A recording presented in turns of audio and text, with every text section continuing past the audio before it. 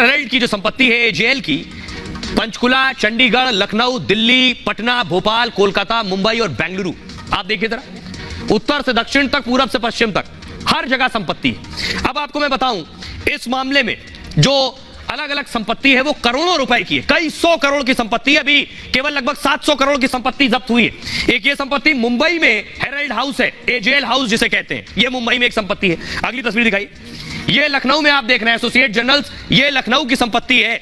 इन सारी संपत्तियों पर एक्शन हुआ है। आइए अब सीधे और सरल भाषा में इस पूरे स्कैम को आपको समझाने जा रहा हूं, जिसमें आरोप है गांधी परिवार ने बहुत आसानी से सिर्फ कुछ लाख रुपए देकर कई 100 करोड़ की संपत्ति बना ली। कैसे, यहां से शुरू करेंगे। यह बात शुरू होती है जवाहरलाल नेहरू जी के वक्त से। कंपनी ये जो है एसोसिएट जर्नल्स लिमिटेड, ये कंपनी 5000 स्वतंत्रता सेनानियों के पैसों से बनाई गई। यह कंपनी 3 अखबार निकालती थी।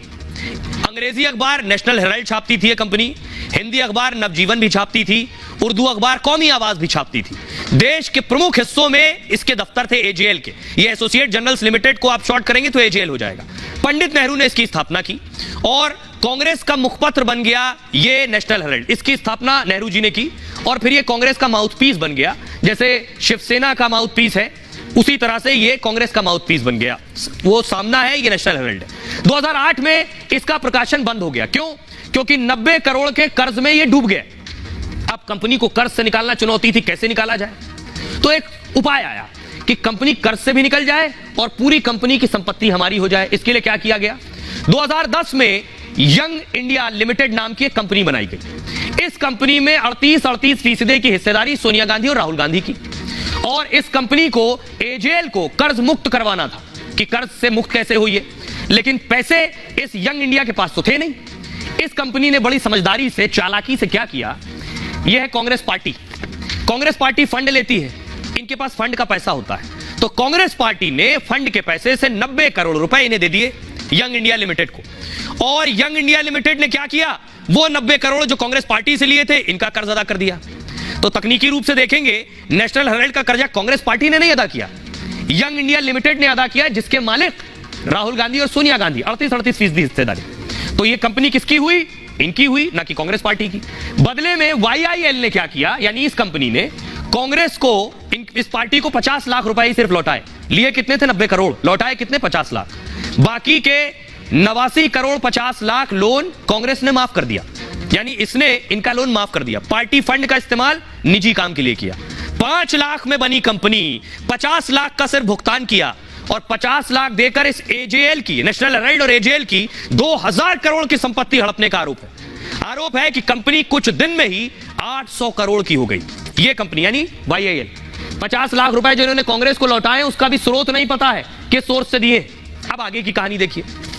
यह है सुब्रमण्यम स्वामी साहब, राजीव गांधी के कभी बहुत करीबी रहे, फिर बीजेपी में आ गए। नवंबर 2012 को सुब्रमण्यम स्वामी ने केस किया। केस में सोनिया, राहुल आरोपी बनाए गए। पार्टी फंड से 90 करोड़ रुपए कर्ज का आरोप इन्होंने लगाया। यह पार्टी थी, पार्टी फंड से 90 करोड़। पार्टी फंड का पैसा निजी कंपनी में इस्तेमाल किया।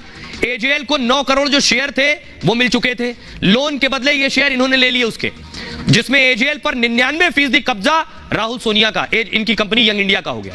धीरे धीरे एजेएल की करोड़ों संपत्ति हथियाने लगे ये। जून 2014 को सभी आरोपियों को समन किया गया। अगस्त 2014 को ईडी ने केस दर्ज किया। 2019 में 64 करोड़ की संपत्ति जब्त हुई। दिसंबर 2015 को सभी आरोपियों को जमानत हुई। 2022 में राहुल गांधी से, सोनिया गांधी से पूछताछ हुई और दोनों से जुड़ी 752 करोड़ की संपत्ति जब्त हो चुकी। यह है पूरा एक्शन। अब सुनिए जरा वरिष्ठ वकील अश्विनी दुबे साहब को, जो बता रहे हैं क्या राहुल गांधी के जेल जाने तक की स्थिति है। सुनिए। प्रथम दृष्टया तो चूंकि ये साबित हो गया है जो एजेंसी है, उस एजेंसी में कि इस तरह से जो है 751 करोड़ रुपए की जो ये प्रॉपर्टी है, वो प्रॉपर्टी इलीगल मींस से ट्रांसफर हुई है और उसको जो उसमें सेल और परचेज हुई है, जो उसमें ट्रांसफर हुए हैं, वो ट्रांसफर जो है लॉ के परव्यू के बियॉन्ड है। अब चार्जशीट फाइल होगी। चार्जशीट फाइल होने के बाद ये उस समय जो तथ्य निकल के आएंगे उस पर साबित करेगा कि क्या एजेंसी को इससे जुड़े हुए जो भी लोग हैं, जो प्रॉक्सिमेट लिंक है, जो प्रॉक्सिमेट चेन है, उस चेन को और इस्टेब्लिश करने के लिए कस्टोडियल इंटरोगेशन की रिक्वायरमेंट है। तो उस स्थिति में वो जो वहाँ पर अरेस्ट कर सकते हैं।